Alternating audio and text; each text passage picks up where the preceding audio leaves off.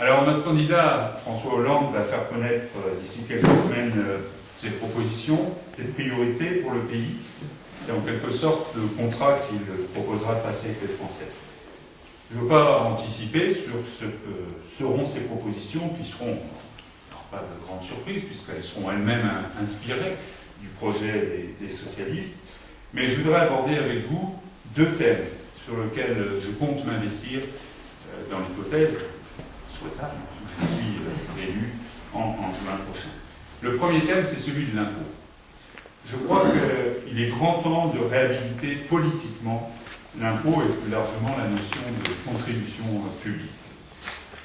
Remettre de l'équité, c'est par exemple traiter de façon égale revenu du travail et revenu du capital.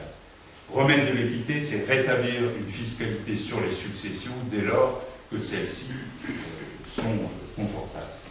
Remettre de l'équité, c'est mieux prendre en compte dans la fiscalité locale, il y a des élus dans cette salle, ils en connaissent l'obsolescence, il est grand temps de revoir en profondeur et d'introduire la notion de revenu dans le calcul des bases de fiscalité locale.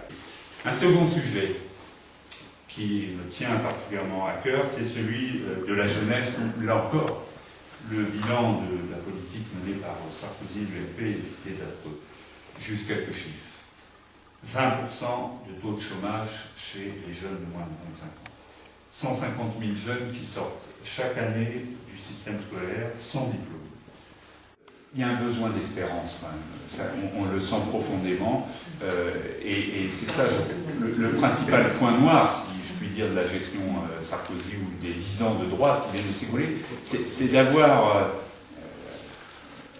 amoindri considérablement la notion d'espérance et la notion de progrès. L'idée que, malgré les difficultés, etc., on peut quand même, avec des efforts, mais entrevoir des perspectives meilleures. Et je crois que c'est ça que les Français attendent de nous et qu'il va nous falloir l'équilibre qu'il va nous falloir tenir.